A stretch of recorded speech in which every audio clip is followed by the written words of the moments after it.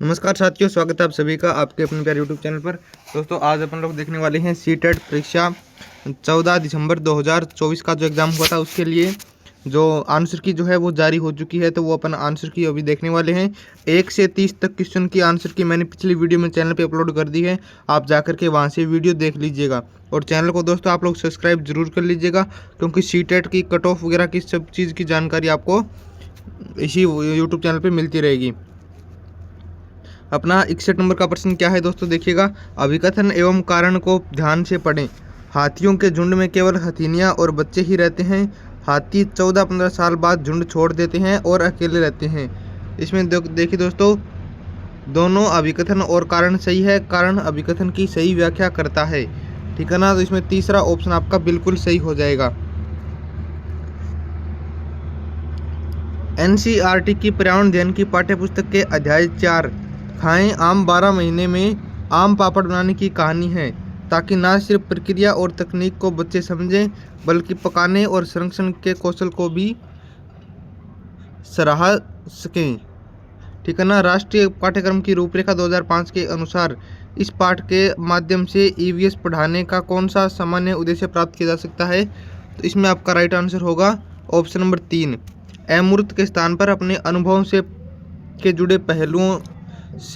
अनुभव के पहलुओं से जुड़े अवलोकन एवं उदाहरणों की सहायता से समझ का विकास करना। तो ये दोस्तों इसमें सही आंसर हो जाएगा। अपने पेपर के अंदर आप लोग निशान लगा लीजिएगा। अगला प्रश्न है, मोहन कक्षा 5 का एक पर्यावरण अध्ययन का शिक्षक है। वह अपनी कक्षा में निम्नलिखित गतिविधियों, इसके बारे में आंसर इसका नहीं दिया हुआ है। चलो अगला प्रश्न देख लेते हैं। अर्चना कक्षा 4 की पर्यावरण अध्ययन, इस प्रश्न का सही आंसर हो जाएगा बी और डी दोनों। ये दोस्तों इसका राइट आंसर है बी और डी दोनों। आप लोग प्रश्न पढ़ लीजिएगा, वैसे प्रश्न बताने की आपको आवश्यकता नहीं है, बस आपको आंसर की चेक करनी है। बच्चा विभिन्न कुशल कार्यों जैसे खेती और दैनिक जीवन में उनकी विरासत बुजुर्गों का वर्णन करता है। तो इसमें सही हो जाएगा दक्षता कथन। तो इसमें 3 नंबर ऑप्शन जो है ये आपका सही हो जाएगा। बंगाल की खाड़ी पर समुद्र तट वाला केंद्र शासित प्रदेश निम्नलिखित में से कौन सा है। तो ये आपका हो जाएगा आंध्र प्रदेश। कौन सा हो जाएगा दोस्तों, आंध्र प्रदेश हो जाएगा। NCERT की पर्यावरण अध्ययन की 5वीं कक्षा में पाठ 13 गौरव जानी के अद्भुत यात्रा का वर्णन करती है। यह पाठ निम्नलिखित में से कौन सी थीम का हिस्सा है। तो यह आवास थीम का हिस्सा है। कौन सी थीम का साथियों, आवास थीम का ये हिस्सा है। पर्यावरण अध्ययन की एक रचनावादी कक्षा में निम्नलिखित में से कौन सी क्रिया नहीं होती हुई दिखाई देती है। तो इसमें आपका राइट आंसर हो जाएगा बच्चे सिर्फ जाने पहचाने सवाल हल कर रहे हैं। बच्चे सिर्फ जाने पहचाने सवाल हल कर रहे हैं, ये इसका राइट आंसर हो जाएगा। अगला प्रश्न देखो। सिद्धि एक 4 कक्षा की शिक्षिका है। वह अपने किसी कक्षा के जो भी प्रश्न है ये इसका राइट आंसर हो जाएगा A, B और C तीनों। A, B, C तीनों इसका सही उत्तर हो जाएगा दोस्तों, ठीक है। अगला प्रश्न देखो। निम्नलिखित कथनों को पढ़िए और सही विकल्प चुनिएगा। तो इसमें कथन सही है और कारण गलत है। कथन सही है, कारण गलत है। ये दोस्तों इसमें राइट आंसर हो जाएगा। यहाँ पे इसको लिख रखा है मैंने 1 नंबर, तो ये इसका राइट आंसर है। नीचे 2 कथन दिए गए हैं, A और B, इन पर विचार करना है। तो इसमें कथन सही है और कारण गलत है। नहीं, कथन A सही है, कथन B गलत है। कथन A जो है ये सही है, कथन B गलत है। 1 नंबर ऑप्शन आपका इसमें राइट आंसर हो जाएगा। चलिए अगला प्रश्न देखिएगा। ऐसा पाया गया है कि बच्चों के सीखने और प्रगति का अवलोकन करते समय कुछ गलतियां हो जाती है। यह गलतियां हमारे पूर्वाग्रहों का परिणाम हो सकती है। निम्नलिखित में से कौन सी सूचना एक पूर्वाग्रह के रूप में दर्ज नहीं होनी चाहिए। इसमें हो जाएगा किसी एक विषय और इसके किसी क्षेत्र की परीक्षा से जुड़े हुए पूर्व परिणाम। 3 नंबर ऑप्शन इसमें राइट आंसर साथ हो जाएगा, ठीक है ना। चलो भाई अगला प्रश्न देखो। 73वें प्रश्न का राइट आंसर हो जाएगा दोनों A और R सही है और R A की सही व्याख्या करता है। कथन फर्स्ट दे रखा है, एनीमिया के कारण बच्चे ठीक से पढ़ नहीं पाते हैं और उनमें फुर्ती भी कम होती है। और कथन सेकंड दे रखा है, अनीमिया बच्चों की शारीरिक और दिमागी तंदुरुस्ती पर असर करता है।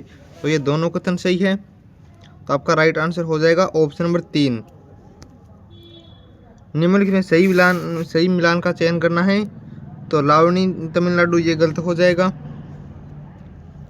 भरतनाट्यम ओडिशा ये गलत हो गया, कथक कर्नाटक ये गलत हो गया, बिहू जो है ये असम का है, तो ये इसमें सही मिलान हो गया दोस्तों, ठीक है ना।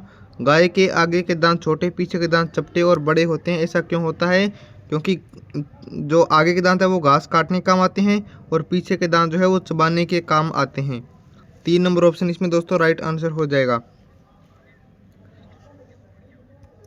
इस प्रश्न का राइट आंसर बी और सी दोनों सही है, यानी कि बच्चों का पर्यावरण से संबंधित मुद्दों के प्रति संवेदनशीलता विकसित करने के लिए अक्सर किस्से और कहानियों का इस्तेमाल महत्वपूर्ण माना गया है, और क्योंकि बच्चे कहानी के पात्रों से अपने आप को आसानी से जोड़ लेते हैं, इसलिए इनको पाठ्यपुस्तकों में महत्वपूर्ण स्थान दिया गया है।